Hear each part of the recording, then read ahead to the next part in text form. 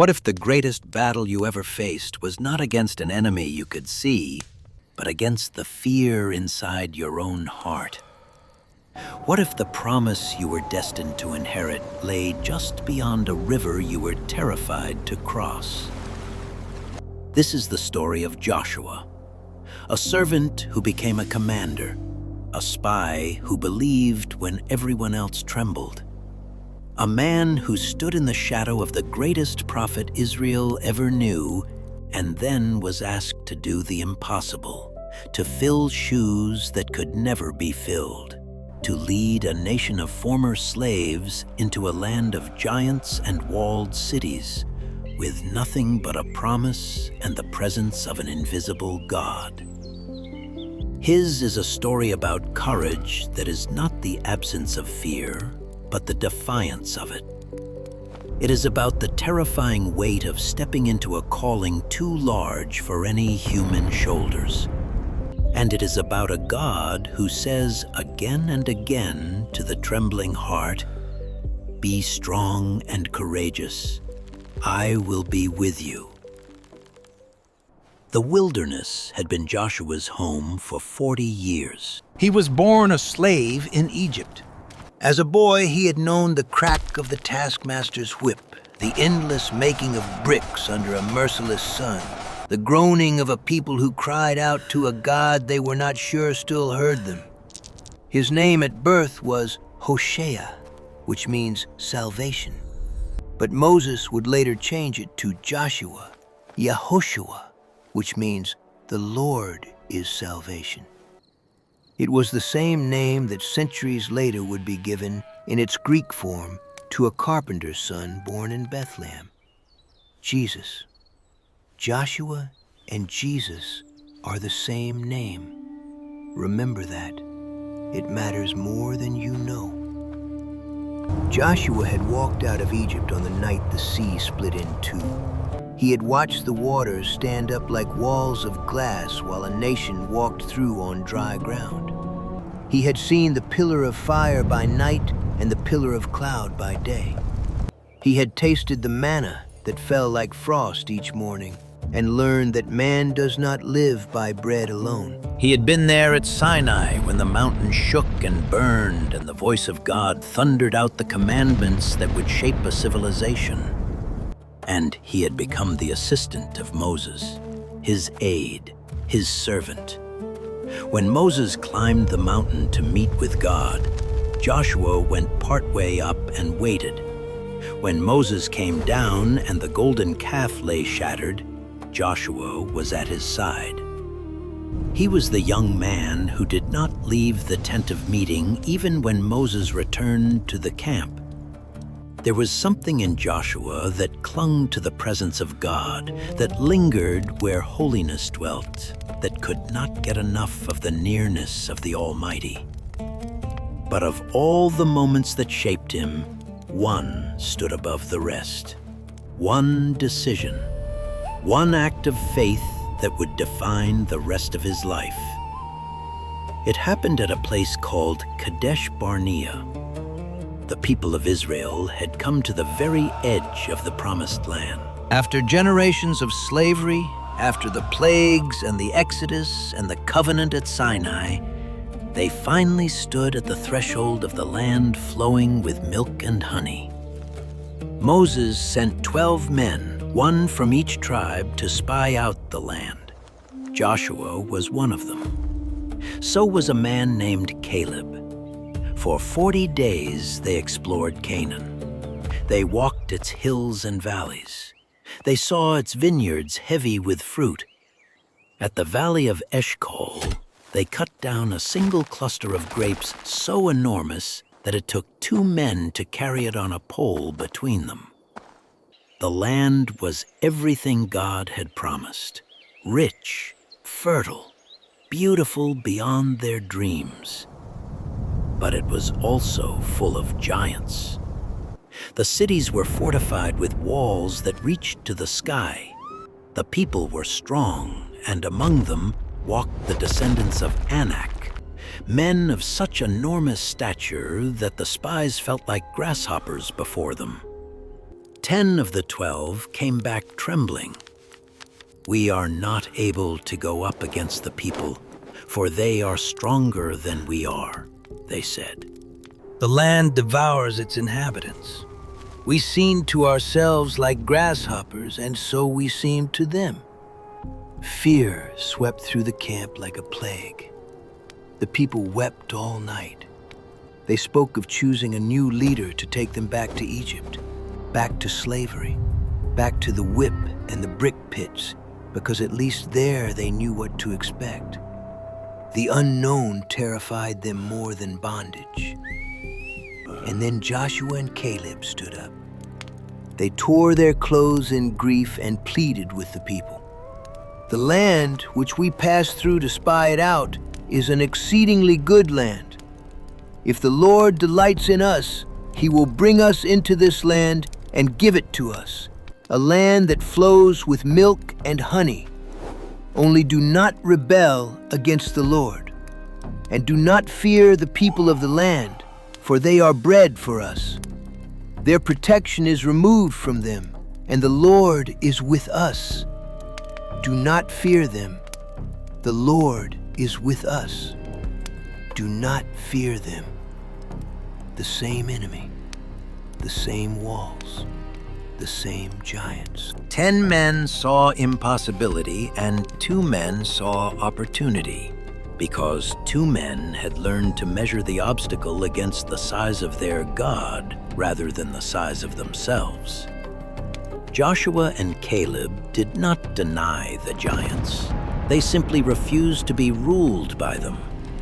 The congregation nearly stoned them for it, and in that moment, the glory of the Lord appeared at the tent of meeting, and God pronounced judgment. Because the people had refused to believe, because they had grumbled and rebelled after seeing his signs, that entire generation would die in the wilderness. 40 years of wandering, 1 year for each day the spies had explored the land. None who were 20 years old and above would enter the promised land. None, that is, except 2 men, Joshua and Caleb, the only 2 who had believed. But my servant Caleb, because he has a different spirit and has followed me fully, I will bring into the land into which he went, and his descendants shall possess it." So Joshua waited. 40 years he waited. He watched his generation die in the sand. He buried friends and family. He watched the manna fall and the seasons turn and the endless horizon of the desert stretch on and on. He was a man who had believed God, and his reward for believing was to wander for 4 decades with a people who had not. He learned patience in that wilderness. He learned that the promises of God do not always come quickly, that faith is often a long obedience through a barren land, that the God who speaks is also the God who waits. And finally, the waiting ended, but not the way Joshua would have wanted. Moses was going to die. The man who had confronted Pharaoh, who had lifted his staff over the sea, who had spoken with God face to face as a man speaks with his friend, Moses would not enter the promised land. Because of his own failure at the waters of Meribah, where he struck the rock in anger instead of speaking to it as God commanded, Moses was permitted only to see the land from a distance. He climbed Mount Nebo and gazed across the Jordan at the country he had spent his entire life journeying toward, and there, on the mountain, he died. And God himself buried him in a valley, in a grave no man has ever found. The greatest leader Israel had ever known was gone. And the mantle fell on Joshua. Imagine the weight of that moment.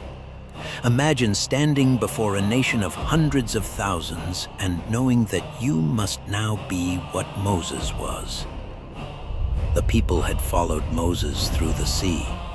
They had received the law through Moses. Every miracle, every victory, every moment of divine intervention had come through this one towering figure. And now the people turned their eyes to you, a former slave, an old spy, a servant who had spent his life in another man's shadow. How do you fill shoes like that? You don't. You cannot. And God knew it. So God spoke to Joshua, and what he said would echo down through the centuries, spoken to every frightened soul who has ever stood at the edge of a calling too big for them.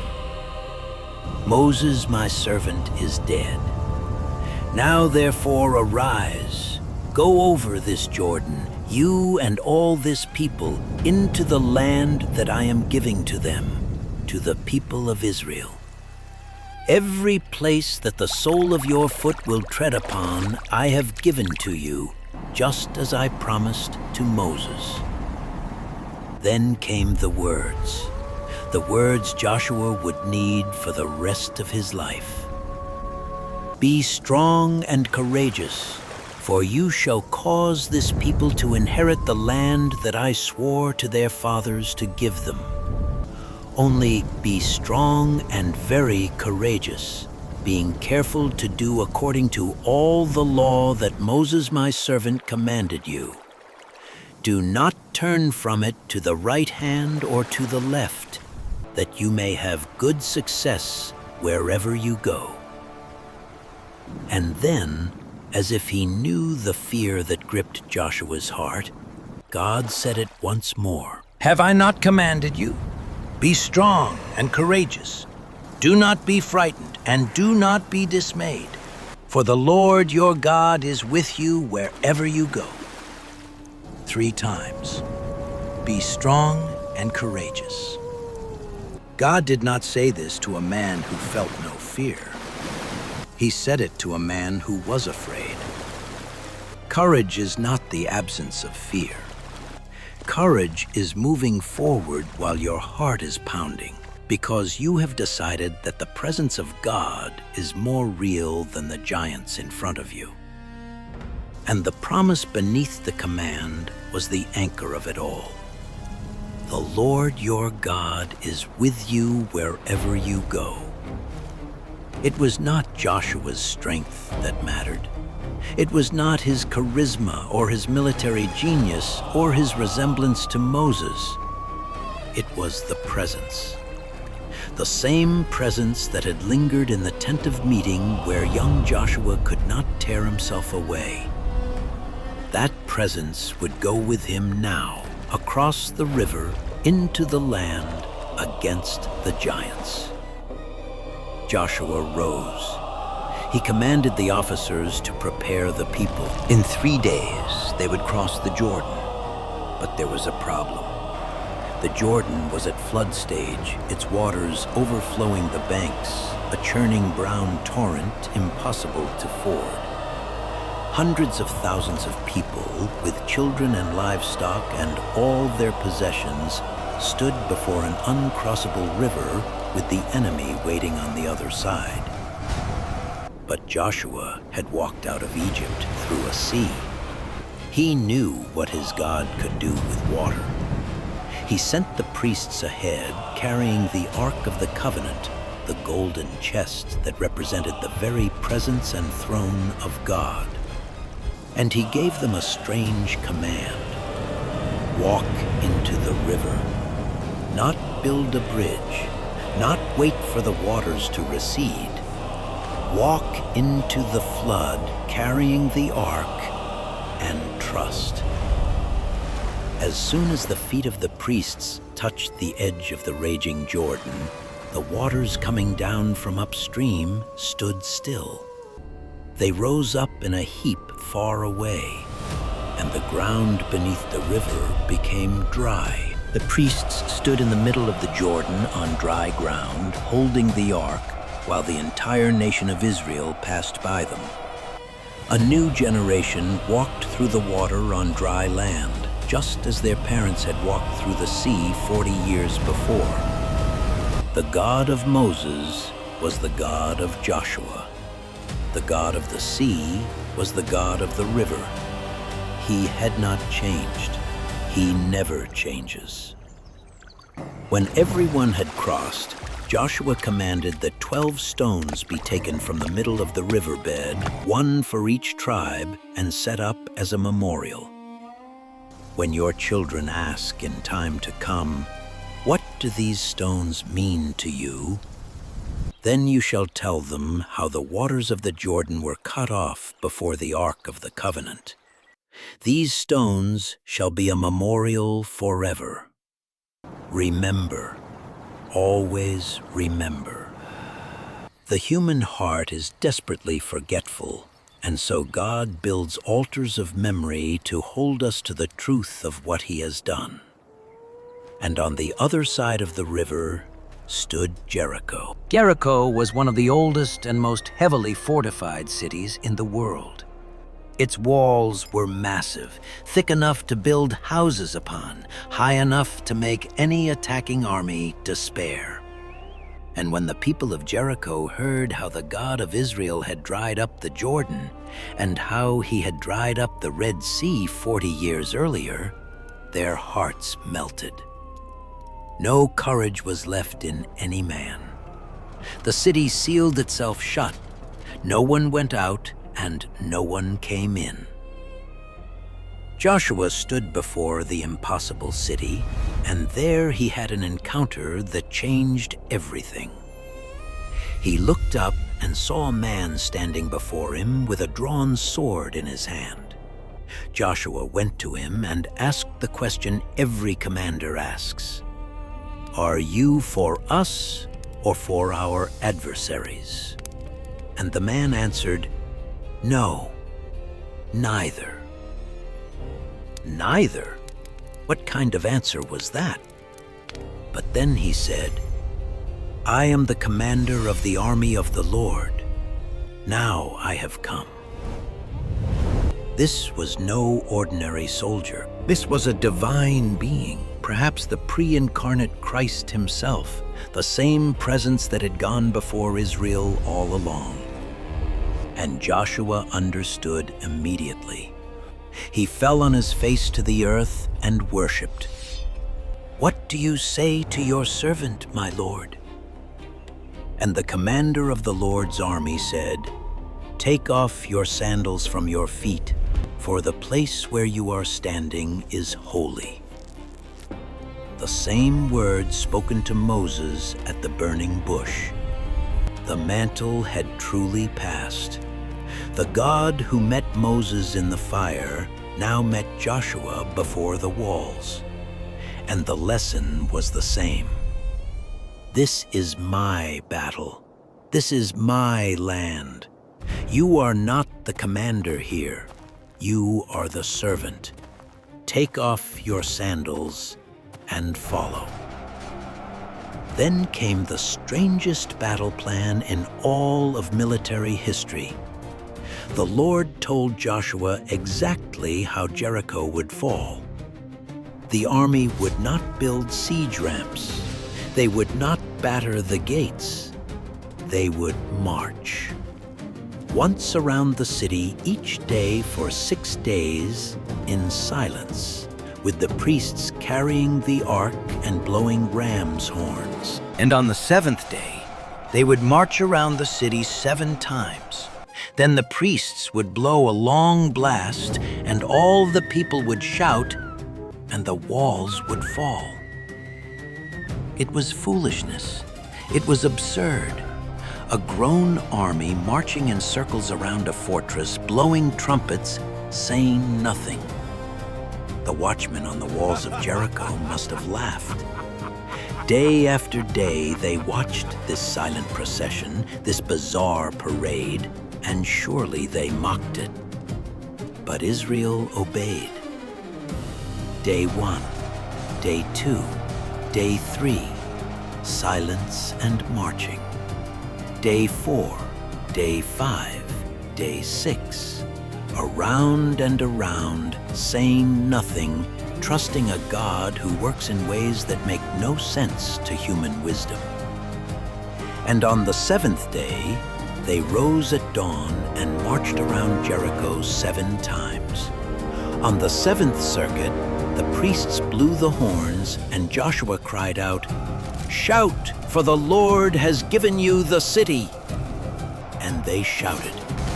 A roar rose up from the whole nation, and the walls of Jericho, those ancient, massive, impregnable walls, collapsed. They fell flat, straight down, and the people of Israel charged in over the rubble and took the city. Only one family was spared. Rahab, a prostitute who lived in the wall of Jericho, had hidden the 2 spies Joshua sent before the battle. She had heard of the God of Israel, and she believed. "I know that the Lord has given you the land," she had told them. "For the Lord your God, He is God in the heavens above and on the earth beneath." She hung a scarlet cord from her window as a sign, and when the city fell, she and all her household were saved. Remember that scarlet cord. Remember that a pagan prostitute, an outsider, a woman with nothing to commend her but faith, was grafted into the people of God and saved by a scarlet sign hanging over her house. Rahab would go on to marry an Israelite. She would become the great-great-grandmother of King David, and her name would appear in the genealogy of Jesus Christ himself. The scarlet cord that saved her was a shadow of the scarlet blood that would one day save the world. The conquest continued, but not without failure. At the small city of Ai, Israel was defeated because one man, Achan, had disobeyed God and secretly kept plunder that was meant to be destroyed. Sin in the camp brought defeat in the field. Joshua learned that victory was not automatic, that God's presence was tied to God's holiness, that a single hidden compromise could bring an entire nation to its knees. Once the sin was dealt with, God restored them, and Ai fell. For years, Joshua led Israel through the conquest of Canaan. Kings gathered their armies against him, and one by one, they fell. In one great battle, when the enemy was fleeing, Joshua prayed one of the boldest prayers ever uttered. He asked God to make the sun stand still so the battle could be finished in daylight.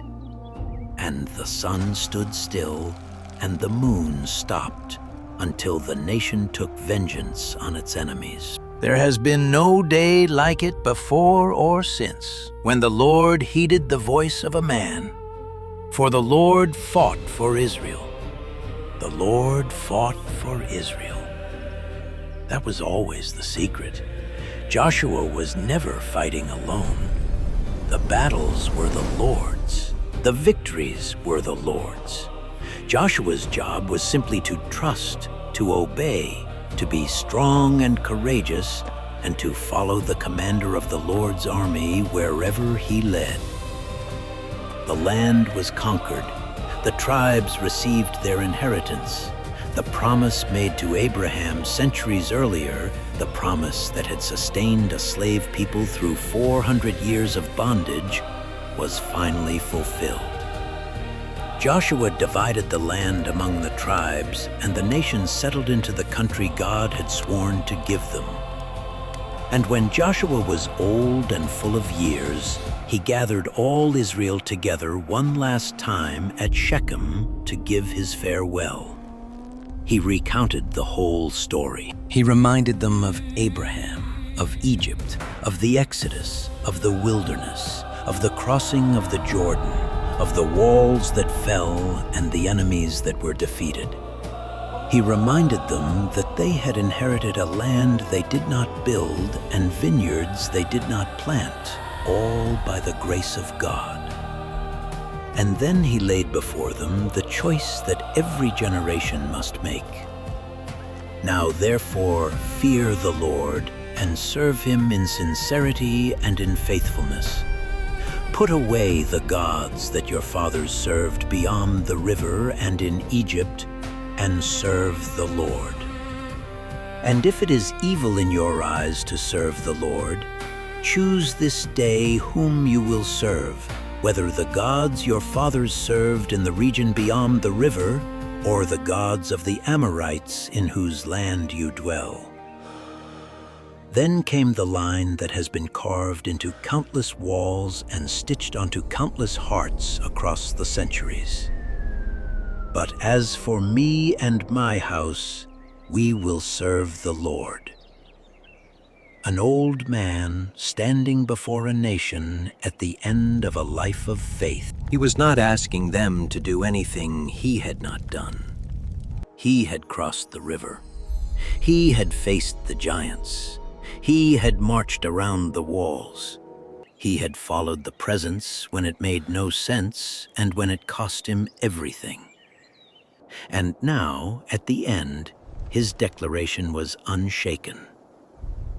Whatever you choose, I have chosen. As for me and my house, we will serve the Lord. Joshua died at the age of 110, and Israel served the Lord all the days of Joshua and all the days of the elders who outlived him. He had finished well. Unlike so many who start strong and end broken, Joshua ran his race to the very end and crossed the finish line with his faith intact. But the story of Joshua was never really about Joshua. Look at his name again. Yehoshua. The Lord is salvation. The very name that would one day be given to a child born in Bethlehem. When the angel appeared to Joseph and said, "You shall call his name Jesus, for he will save his people from their sins," the angel was speaking the name Joshua. Jesus is the Greek form of Joshua. They are the same word, the same meaning, the same salvation. And the parallels run deeper than the name. Joshua led God's people out of the wilderness and into the promised land. Jesus leads God's people out of the wilderness of sin and into the promised rest of eternal life. Joshua could bring the people into an earthly Canaan, but he could not give them ultimate rest. The book of Hebrews tells us this plainly. If Joshua had given them rest, God would not have spoken of another day. There remains a rest for the people of God, a rest that only the greater Joshua, Jesus, can provide. Joshua crossed the Jordan and the waters parted. Jesus went down into the Jordan to be baptized, and the heavens parted, and the voice of the Father declared, "This is my beloved Son." Joshua conquered the giants of Canaan. Jesus conquered the ultimate giants, sin, death, and the grave, not with a sword, but with a cross. Joshua sent spies to a city, and a scarlet cord saved a sinner named Rahab. Jesus shed his scarlet blood on a hill outside a city, and that blood saves every sinner who believes. Where Joshua's victories were physical, Jesus' victory was eternal. Where Joshua's promised land could be lost, Jesus' inheritance can never fade. Where Joshua could only lead one nation into one land, Jesus opens the kingdom of heaven to every tribe and tongue and people and nation. And the words God spoke to Joshua at the beginning are the words the risen Jesus speaks to you now. Be strong and courageous. Do not be frightened and do not be dismayed, for the Lord your God is with you wherever you go. And at the very end of Matthew's Gospel, Jesus says it again in his own words. Behold, I am with you always, to to the end of the age. That is the thread that runs from Joshua to Jesus to you. I am with you, the presence that lingered in the tent of meeting, the presence that dried up the river, the presence that toppled the walls, the presence that hung on a cross and rose from a tomb. That presence is with you wherever you go. Maybe you are standing at your own Jordan today. Maybe there is a river in front of you at flood stage, an impossible situation, a calling too big for your shoulders, a promise that lies just beyond a barrier you are terrified to cross. Maybe you have spent years in a wilderness, waiting, wondering if the promises of God will ever come true for you. Hear the word of the Lord. Be strong and courageous. The waters will not part until your feet touch the edge. The walls will not fall until you march in faith. God does not remove the giants before He calls you forward. He asks you to step out while your heart is still pounding because His presence is more real than your fear. Joshua was an ordinary man, a former slave, an old servant, someone who felt utterly inadequate to fill the shoes in front of him. And God used him to change the course of history. Not because Joshua was strong, but because Joshua's God was with him. The same God is with you. The giants are real, but so is the promise. And the one who commanded Joshua to be strong and courageous is the same one who walked out of the tomb on the third day. And He is saying to you right now, in whatever wilderness you find yourself, do not be afraid. I have gone before you. I am with you, and I will bring you home. God is still writing stories of redemption today. He is still calling ordinary people to cross impossible rivers. He is still the commander of the army of the Lord, and He is still saying to every trembling heart willing to listen, arise, take the land. I am with you wherever you go. If this story stirred something in you, take a moment to remember your own memorial stones, the times God made a way where there was no way. And if you have not yet subscribed, consider joining us, because these stories take a great deal of time and love to create, and it truly helps us keep telling them. Until next time, be strong and courageous. The Lord your God is with you wherever you go.